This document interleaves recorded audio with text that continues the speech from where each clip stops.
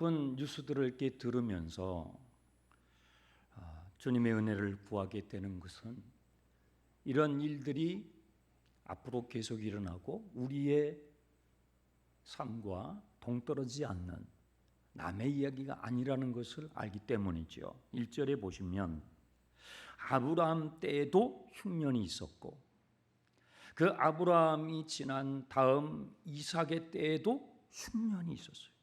죄는요 끊어지지 않아요. 더 거세질 거라는 것을 말씀하고 있는 것입니다. 우리의 탐욕이 멈추지 않기 때문이죠. 이 그랄 사건이라고 불려지는 26장의 이 사건이 우리 모두에게 경각심을 주는 것은 이삭의 아버지 아브라함의 경험과 그의 아들인 사랑하는 독자 이삭의 경험이 서로 겹쳐져 있다는 점이에요. 아버지의 경험이 자식의 경험이 됐다는 거예요. 그런데 부모의 좋은 경험이 자녀에게 좋은 경험이 됐다면 우리는 정말 축하할 일인데 오늘 본문의 내용은 그렇지 않아요. 부모의 부끄러운 경험이 자녀들에게 내려가서 자녀들이 그 경험을 하게 됐다는 얘기를 하고 있는 것이죠. 자녀는요 부모를 따라가요. 부모의 여러모로 자녀는 부모를 닮아요. 자녀의 삶은 부모의 삶과 여러모로 오버랩되어 겹쳐요. 어느 날 거울을 보는데 그 거울에 우리 아버지가 계신 거예요. 우리 엄마가 있는 거예요. 내 얼굴인 줄 알았는데 거울에 비치는 내 아버지 얼굴, 내 어머니의 얼굴이 비칠 때 우리는 놀래요. 자식은 부모의 외모만 닮지 않아요. 내면도 닮아요. 가치관도 닮아요. 영적인 영성도 닮아요. 여러분의 자녀는 여러분을 통해서 어떻게 빚어져 가고 있습니까? 야, 지 애비하고 쏙 닮았네. 야, 지 엄마하고 어쩌면 붕어빵이야. 여러분, 그런 얘기를 여러분이 들으실 때 어떤 감정이 일어나세요? 어떤 분들은 그게 칭찬으로 들릴 거예요. 어떤 분들은 욕으로 들릴 거예요. 욕으로 들릴 거예요. 왜냐면요, 우리는 부모님을 통해서 좋은 모습만 담는 것이 아니라 좋지 않는 것을 또 담게 되기 때문에 그런 것이죠. 아버지 아브라함은 흉년의 때에 어떻게 했습니까? 1절 아브라함 때에 큰 흉년이 들었더니 그 땅에 또 흉년이 들매 이삭이 그랄로 가서 블레셋 왕 아비멜렉에게 이르렀다. 아버지 아브라함은요 기근이 들었을 때 애굽으로 갔잖아요. 그 창세기 12장 사건이에요. 거기서 정말 기억하고도 싶지 않는 낭패를 당합니다. 너무 두려워가지고 목숨이 위태로워가지고 자기 아내를 아내라고 하지 않고 누이라고 속이는 바람에 정말 그 사랑하는 와이프에게 지울 수 없는 아픔을 여러분이 그 당사자라고 생각해봐요. 내가 이 남편 믿고 이 자리까지 왔는데 사람들 앞에서 내 체면을 내 인격을 짓밟은 것입니다. 그럴 때에 그때 살해죠. 살해의 마음의 상한 감정, 그 상한 심령이 얼마나 깊은 상처를 남겼겠어요. 이게 12장의 아브라함 사건이에요. 그런데 아브라함이 그때만 한 게 아니라 20장에 가서 또 그 일을 또 반복해요. 여러분 20장은 아브라함의 노년입니다. 그때는 더 이 이삭에게 그 아들 이삭에게 20장의 사건이 그 아들 이삭에게 깊은 상처를 주게 된 것은 이 20장에서 아브라함이 그랄 땅에 가서 자기 아내를 누이라고 속이게 되는데, 여러분 그때 사라가 임신을 하고 있었어요. 이삭이 엄마의 태중이 있었다고요. 여러분 아시죠? 아이가 태중이 있을 때에 엄마가 스트레스를 받아요. 긴장을 해요. 그러면 그 엄마의 감정이, 그 엄마의 쓰디쓴 감정이 태중에 있는 아이의 무의식으로 들어가요. 부모로부터의 영향력이 자녀에게 얼마나 큰 기대한 영향을 미치는가를 오늘 본문 말씀이 가르쳐 주는 거예요. 아들 이삭이 어떻게 반응했습니까? 이삭이 아버지 아브라함처럼 애굽으로 내려가려고 그랄로 갔어요. 아버지가 애굽으로 가서 그 낭패를 본 걸 알아요. 이삭은 알아요. 아는데도 흉년이 드니까 일단 살고 보자. 이 본능이 앞서가는 거예요. 하나님의 말씀이 나를 끌고 가야 되는데 우리는 이 두 가지 싸움을 하는 거예요. 내 본능과 하나님의 말씀. 그리고 이삭이요, 아버지가 했던 대로 애굽으로 가기 위해서 지금 그랄로 갔던 거예요. 이 그랄은요, 가나안 땅과 애굽으로 가는 그 길목이에요. 그랄에 갔다라는 것은 애굽으로 갔다는 말씀이죠. 2절을 보세요. 여호와께서 이삭에게 나타나 애굽으로 내려가지 말고 내가 지시하는 땅, 약속의 땅에 머무르라고 주님께서 경고해 주셔요. 참 다행스럽죠. 부모라는 존재는요, 어린 자녀들에게 너무 큰 존재예요. 여러분들이 다 경험하시죠. 저도 그랬어요. 저도 어렸을 때 아버지를 뵈면, 어머니를 뵈면 너무 큰 분이었어요. 그래서 자녀들은요, 스폰지가 물을 빨아들이듯이 부모님의 말, 부모님의 행동, 부모님의 선택, 삶의 방식을 빨아들여요. 담는단 말이에요. 좋은 점도 좋지 않는 점도 담게 되는 거죠. 무의식적으로 살고 보자 하는 마음에 이삭이 애굽으로 내려가려고 했는데 하나님께서 막으신 거예요. 내가 지시하는 땅, 이 약속의 땅을 벗어나지 말아라. 내가 너와 함께 해줄 거야. 내가 너를 지켜줄게. 내가 너의 미래를, 너의 가정의, 너의 자녀들의 미래를 내가 지켜주마 하면서 하나님께서 말씀하시죠. 3절이요. 이 땅이 거류하면 내가 너와 함께 있어 너에게 복을 주고 내가 이 모든 땅을 너와 내 자손에게 주리라. 내가 내 아버지 아브라함에게 맹세한 것을 이루어 너의 자손을 하늘의 별과 같이 번성하게 하며 이 모든 땅을 내 자손에게 주리니 내 자손으로 말미암아 천하 만민이 복을 받게 하리라. 아버지 아브라함에게 해 주셨던 그 축복의 말씀, 약속의 말씀을 이삭에게 상기시켜 주는 거예요. 내려가지 마. 애굽으로 가지 마. 지금 흉년이지만 내가 너를 지켜줄게. 여러분, 우리의 인생의 진정한 보호자는 하나님이심을 믿으시 바랍니다. 내가 너를 지켜줄게. 내가 너의 가정을 지켜줄게. 방학 중이에요.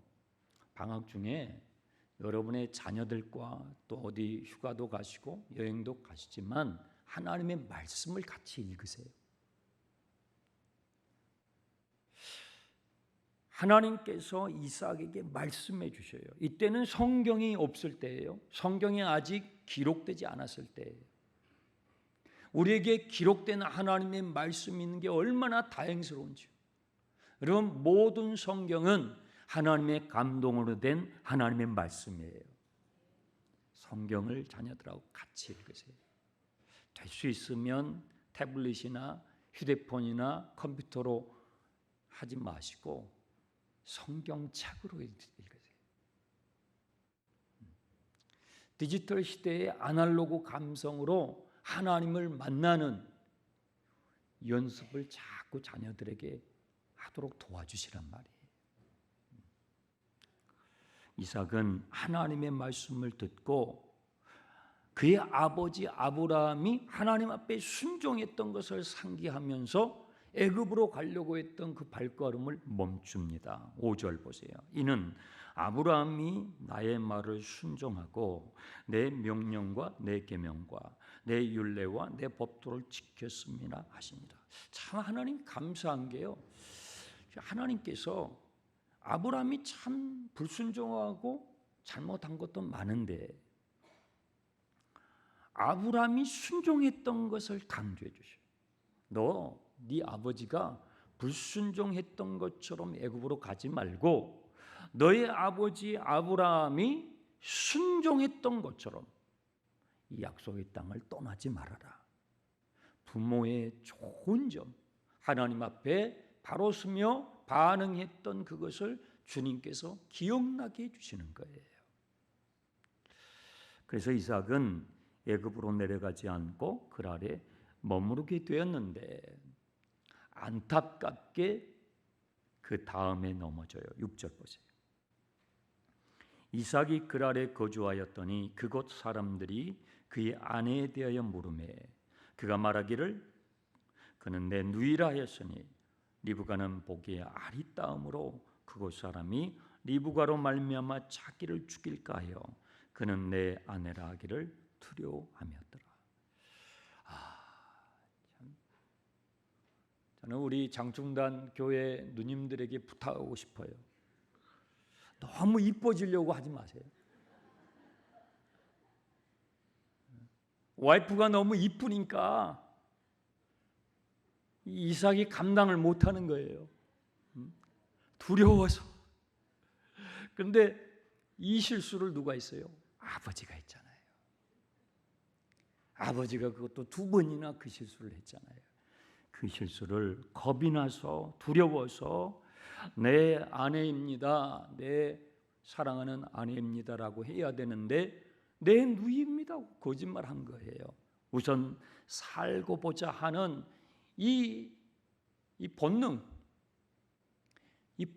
때문에 거짓말을 하고 말았어요. 여러분, 두려움은요 사람을 비굴하게 만들어요. 두려움에 잡히면 그 누구든지 그 사람은 비굴해지고 비겁해져요. 여러분, 어떻게 이삭이 이럴 수 있습니까? 이삭이 누굽니까? 이삭이 10대에 아버지하고 모리아산에 올라갔던 사람이에요. 거기서 3일 길을 걸으면서 그의 가정에 함께 하시는 하나님, 내 인생을 관여하신 하나님, 태어날 수 없었던 나를 태어나게 하신 하나님, 그 하나님 앞에 아버지가 이삭을 꽁꽁 묶을 때 순종했던 사람이 이삭이에요. 근데 어떻게 이삭이 이 상황에서 그랬던 이삭이 여기서 무너질 수 있느냐예요. 무너질 수 있다라는 게 성경의 가르침이에요. 어저께는 안 무너졌지만 오늘은 무너질 수 있다라는 경고를 해주시는 거예요. 어제는 승리했지만 오늘은 넘어질 수 있다라는 것을 말씀해요. 여러분, 그러니까 절대로 자만하지 마세요. 자만하지 마시라고요. 나는 목회자니까, 나는 장로니까, 권사니까. 그런 거 없어요. 마귀의 시험과 유혹 앞에서는 그걸로 안 돼요. 이삭이 여기서 넘어질 수 있냐 이 말이에요. 100살에 태어난 자식이 그렇게 많은 기도를 먹고 자란 자식이 모리아 제단에서 자기를 직접 묶으라고 던졌던 그 믿음의 사람 이삭이 어떻게 이렇게 됐느냐예요. 이 사람은 이런 거예요. 이삭의 무식 가운데 엄마의 태중에 있을 때에 엄마가 깊은 상처를 받았어요. 아버지를 통해서, 아버지로부터. 그 엄마의 쓰디쓴 그 감정이 태중에 있는 이 아이의 무식 속에 들어가는 거예요. 그리고요, 나는 절대로 우리 아버지처럼 하지 않을 거야. 이삭이 태어나서 어머니를 통해서 그 아빠의 실수를 들었을 거 아니에요. 야, 네 아빠 말도 말어. 애굽에 갔을 때, 그랄에 있을 때 그러면서 막 그 아버지 이야기를 했을 거 아니에요. 근데요, 그 이야기를 들을 때에 이삭이 나는 내가 만약에 그런 상황, 그런 처지에 있으면 난 절대로 그러지 않을 거야. 다짐했을 거예요. 나는 내 가족을 지켜줄 거야. 내 아내를 지켜줄 거야. 다짐하고 또 다짐했을 텐데 막상 어때요? 막상 그 상황이 닥치니까 어때요? 똑같이 반응해요. 죄는 이렇게 무서운 거예요. 죄는요 이렇게 질긴 거예요. 그동안에 얼마나 많은 은혜를 받았어요. 얼마나 하나님의 은혜와 사랑을 경험했어요. 얼마나 많은 하나님의 말씀을 들었어요. 그런데요, 막상 아버지와 똑같은 그 상황에 닥쳐보니까, 그러니까 부모가 자녀를 키울 때 그렇잖아요. 하도 속을 썩이고 하면 엄마 아빠들이 뭐라고 그래요? 그 자녀 앞에서는 못해요.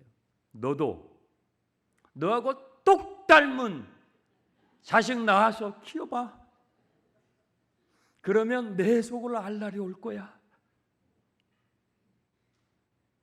어떻게 막상 그 상황이 되니까 나는 절대로 그러지 않으리라. 나는 절대로 우리 아버지처럼 하지 않으리라 다짐하고 다짐했던 이삭이 똑같이 반응을 했어요.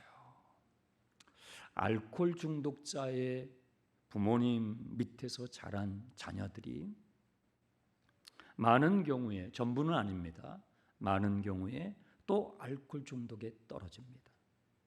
알코올 중독자의 부모님 밑에서 자라면서 그 어린아이가 나는 절대로 저러지 않으리라. 나는 내가 어른이 됐을 때, 나는 내가 결혼해서 가정을 이뤘을 때 나는 결코 그렇게 되지 않으리라 하는데 막상 삶의 어려움이 닥쳤을 때 술을 찾게 되고 알코올 중독에 떨어지는 사람들이 많아요. 가정폭력이 심한 가정에서 태어난 자녀들. 그러면 그 아이들은 어떻겠어요? 마음에 많은 상처를 가지고 자라겠죠. 자라면서 그 부모님들을 보면서 나는 절대로 내가 커서 내가 아빠가 되고 엄마가 됐을 때 나는 폭력적인 부모가 되지 않을 거야. 다짐하고 또 다짐해요. 그런데요, 죄는 질깁니다.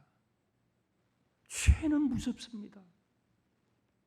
그 가정폭력 가운데서 그렇게 고통하며 나는 결코 그러지 않으라 했던 그 아이가 막상 어른이 됐습니다. 결혼을 했습니다. 그런데 하지 않겠다고 했던 그것을 내가 하고 있는 거예요. 그래서 여러분, 우리가 성경을 읽는 것입니다.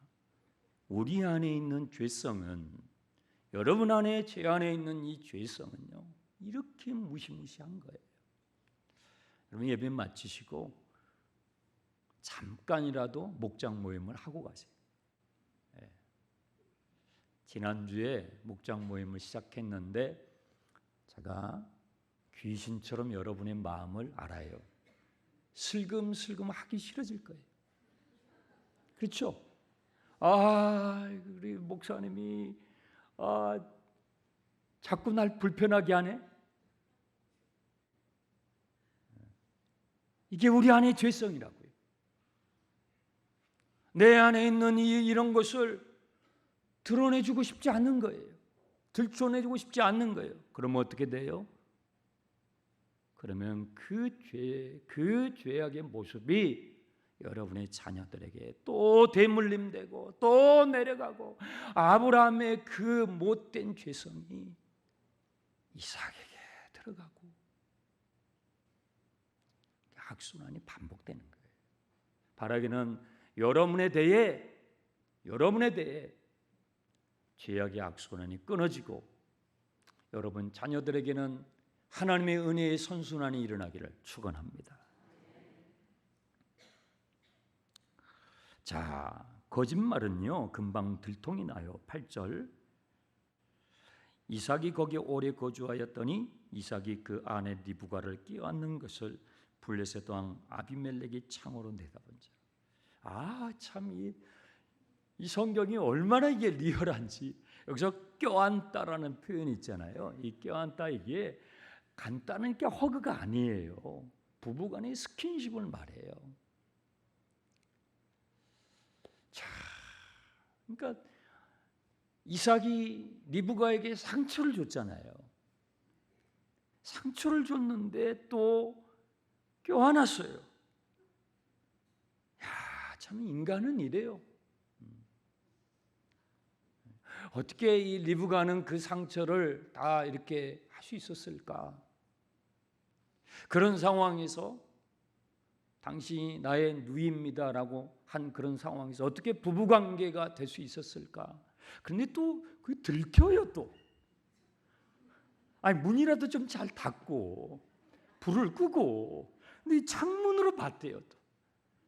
이 고대에는 왕들의 이 왕궁이 높은 지역에 있어요. 높은 지역에서 밑에 있는 이 백성들의 거처를 이렇게 볼 수가 있는데 아니면 창문을 좀 닫을 거지. 이삭과 리브가가 서로 껴안는 장면을 이 그랄 왕이 보게 된 것입니다. 들통이 난 거예요. 낱말은 새가 듣고 반말은 쥐가 듣는다고 하지 않습니까? 그래서 그 왕 앞에 불려져 가지고 이 신문을 당하는 거예요. 추궁을 받습니다. 9절입니다. 이에 아비멜렉이 이삭을 불러 이르되 그가 분명히 내 아내건을 어찌 내 누이라 하였느냐. 이삭이 그에게 대답하되 내 생각에 그로 말미암아 내가 죽게 될까 두려워하였습니다. 아비멜렉이 이르되 내가 어찌 우리에게 이렇게 행하였느냐. 백성 중 하나가 내 아내와 너의 아내와 동침할 뻔하였도다. 너가 죄를 우리에게 입혔으리라. 너가 어떻게 그럴 수가 있냐? 어떻게 이삭이 다른 사람도 아닌 당신이 어떻게 그럴 수 있냐? 하나님을 믿는다고 하는 당신의 아버지가 아브라함이고 당신이 그 자식 아니냐? 근데 어떻게 당신이 다른 사람도 아닌 당신이 그럴 수 있느냐고 이 그랄 왕 아비멜렉이 추궁을 하는 거예요. 교회가 세상 앞에서 꾸지람을 받는 형국이 된 거예요. 얼마나 부끄러워요. 그랄 왕은요, 이삭이 생각했던 것보다도 더 경건했어요. 자, 이 그랄 왕은 어떻게 이렇게 경건한 왕이었을까요? 이 그랄 왕은 죄에 대한 의식이 이 순간만큼은 이삭보다 더 나았어요. 우리가 쭉 이 아브라함의 가정의 이야기를 살펴보았듯이 이 그랄 왕의 아버지는요, 아브라함의 부인이었던 사라 때문에 하나님을 알게 된 사람이에요. 20장이 바로 그 사건이에요. 이삭의 아버지 아브라함과 어머니 사라가 그랄에 갔을 때에 아버지가 속였잖아요. 그때 그랄 지역을 통치하고 있었던 왕이 지금 26장의 그랄 왕의 아버지였어요. 그 사건을 통해서 그랄 왕의 아버지는요, 살아계신 하나님을 경험하게 된 거예요. 그리고 하나님께서 그 그랄 지역에 있는 여성들의 태를 다 닫아버렸어요. 하나님께서 그랄 왕이 뭐라고 말씀하시냐면 아브라함은 나의 선지자이기 때문에 아브라함에게 기도를 청하지 않으면 태가 열리지 않을 것이다. 그러니까요, 그럴 왕이 아브라함에게 사정사정을 해요. 사정사정을 하고 하나님께서 그랄 지역의 여성들의 태문을 열어주었고 그때 태어났던 아이가 누구예요? 26장의 왕인 거예요. 그러면 그 아버지가 이 왕자를 키울 때 어떻게 키웠겠어요? 야, 진짜 두려워해야 할 분은 하나님이야. 이 세상에 칼이나 권력이나 그런 것을 두려워하지 말고 정말로 너는 앞으로 내 뒤를 이어서 이 나라를 다스려야 될 텐데 정말 너가 두려워해야 할 대상은 하나님이다. 저 아브라함이 믿었던 하나님이야 하고 그 아버지 왕이 이 왕자를 키울 때에 우리의 인생이 정말 두려워해야 될 분이 하나님이신 것을 가리키면서 양육한 거예요. 아이러니한 것은요, 그렇게 수없이 살아계신 하나님을 경험한 아브라함 밑에서 자라난 이삭은 넘어졌고 단 한 번 살아계신 하나님을 경험한 그럴 왕의 자식은 하나님을 두려워하는, 하나님을 경외하는 사람, 하나님을 경외하는 지도자가 됐다라는 거예요. 이 참 아이러니예요. 여러분, 신앙의 체험과 경험이 중요해요. 안 하는 것보다 훨씬 나아요. 하지만 그것이 꼭 내가 많은 체험을 했기 때문에, 내가 성경 지식을 많이 알고 있기 때문에 이제 막 처음 신앙생활을 하고 있는 새신자보다, 새가족보다 내가 더 하나님을 경외하는 건 아니라는 거예요. 그게 아니라는 거예요. 그렇지 않을 수 있다는 걸 지금 가르쳐 주는 거예요. 그랄 왕은 단 한 번 하나님의 살아계심을 경험했어요. 그런데 그는 자식을 키울 때에 하나님을 경외하는 사람, 하나님을 경외하는 지도자로 그 자식을 키웠단 말이에요. 그 백성들 가운데에 하나님이 싫어하는 죄가 틈타지 못하도록 막아낼 수 있는 지도자. 여러분, 오늘날 우리나라의, 이 나라 이 민족에 필요한 지도자가 누구예요? 이 나라 이 백성들의 공동체 안에 죄가 들어오지 못하도록 막아설 수 있는 지도자. 그런 지도자를 필요로 하지 않습니까? 그런데 그 지도자가 그랄 왕의 자식이었다는 거예요. 아브라함은 그토록 하나님을 경험하고 하나님의 말씀을 들었음에도 불구하고 그를 통해서 태어난 이삭은요, 여기서 넘어졌다는 것입니다. 제가 여러분 질문해 볼게요. 여러분은 여러분의 자식을 어떻게 키우고 계십니까? 여러분의 자녀는 하나님을 경외하는, 하나님을 두려워하는, 여러분을 보면서, 우리 아버지를 보면서, 우리 엄마를 보면서 정말 하나님은 두려운 분이야, 정말 내가 두려워해야 될 분은 하나님이야 라는 주님을 경외하는 자식으로 자라나고 있습니까? 아니면 반대입니까?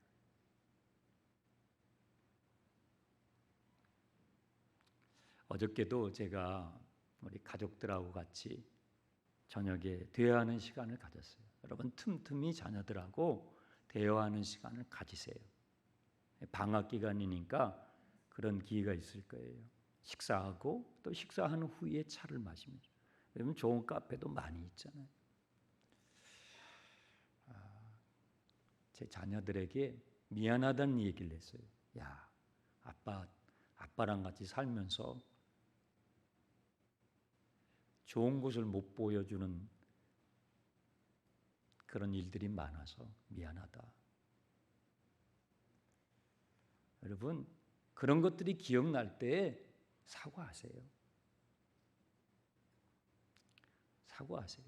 그러면서 정말 자녀들이 커가면 커갈수록 부모와 더 마음을 나누고 진심을 나누고 하나님을 경외하는 사람이 될 수 있도록 도와주세요. 어떤 분이 그러시더라고요. 전 100% 동감해요.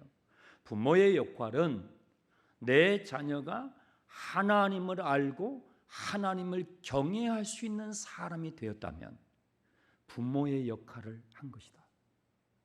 동의하십니까? 부모의 역할은 내 자녀가 하나님을 알게 되고 내 자녀가 하나님을 두려워할 수 있는 사람이 되었다면 그 부모는 이 세상에서 가장 중요한 부모로서의 역할을 마쳤다라는 거예요. 그런데 그것을 못했다면 돈을 물려주고 재산을 물려주고 명문대에 가고 세상에서 유명한 사람이 되어서도 그것을 못 물려줬다면 부모의 역할이 끝난 것이 아니라는 거예요. 오늘 말씀을 통해서 우리에게 교훈해 주시는 말씀이에요.